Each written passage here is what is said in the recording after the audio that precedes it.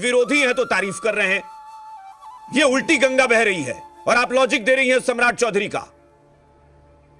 मतलब कौन समझा पाएगा, भगवान जाने। किशोर कुणाल जी, हो सकता है कि अभी तक आप लोग मांग कर रहे थे, हो सकता है कि अगले 48 घंटे में आरजेडी कहीं ऐसा ना हो विज्ञप्ति जारी करने की मांग करे कि नीतीश कुमार को भारत रत्न दिया जाए। देखिए, दो महत्वपूर्ण चीजें हैं। आरजेडी के लोग जो भी बोल रहे हैं, किस लिहाज से बोल रहे हैं, उनका क्या उद्देश्य है वो जाने, लेकिन इतना तय है कि नीतीश कुमार जी का व्यक्तित्व तो सर्वश्रेष्ठ है। नीतीश कुमार जी ने जो पिछले 55 सालों में एक कमाया है, एक साख कमाई है, उस साख को परिचायक है जो इस तरह का बयान जो सुधाकर जी दे रहे हो या अन्य लोग दे रहे हो। मेरा मानना इतना है कि अभी कहाँ तय हो गया है कि इस दल का सीएम होगा या इस दल का सीएम नहीं होगा। क्या किसी वरिष्ठ नेता ने इस बारे में खुलकर बात की है?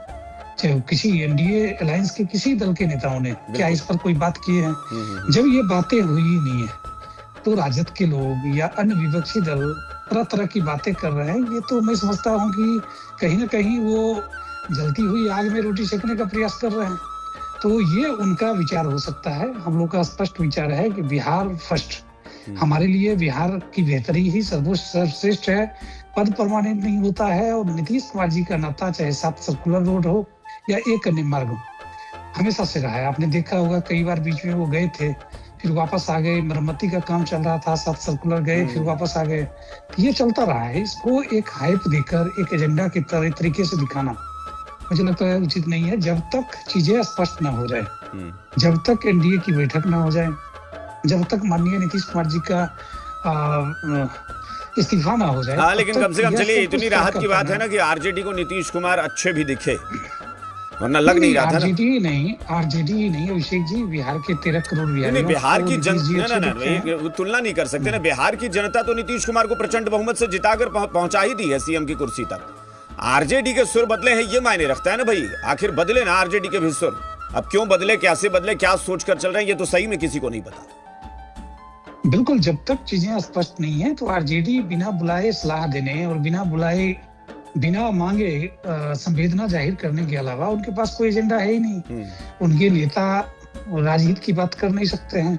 उनके नेता कुछ शब्दों के टेक्स्ट के सहारे राजनीति करते हैं। जमीन से उनका कोई लेना देना है नहीं, जनता से कोई लेना देना नहीं है। बावजूद अगर वो नीतीश कुमार जी के प्रति अपनी आस्था जाहिर कर रहे हैं, बार दिखाने का प्रयास कर रहे हैं Nitish Kumar ji best chief minister रहे हैं, तो हम इनका स्वागत भी करते हैं, हम इन्हें धन्यवाद भी देते हैं। और शायद यह सद्बुद्धि इन्हें पहले आ गई होती तो चुनाव के दरमियान ये नीतीश कुमार जी के बारे में वगैरह वगैरह करके कई सारी शब्दों का इन्होंने उपमा दिया था, वो उपमा नहीं दिए होते। और आज देर से ही सही इनके पास इस बात की भावना आ चुकी है, नीतीश कुमार जी बेहतर थे। और मैं समझता हूँ कि जब तक नीतीश कुमार जी का जान है, जहान है, जेहन है, बिहार की बेहतरी के लिए हर पल वो सोचते हैं और सोचते रहेंगे।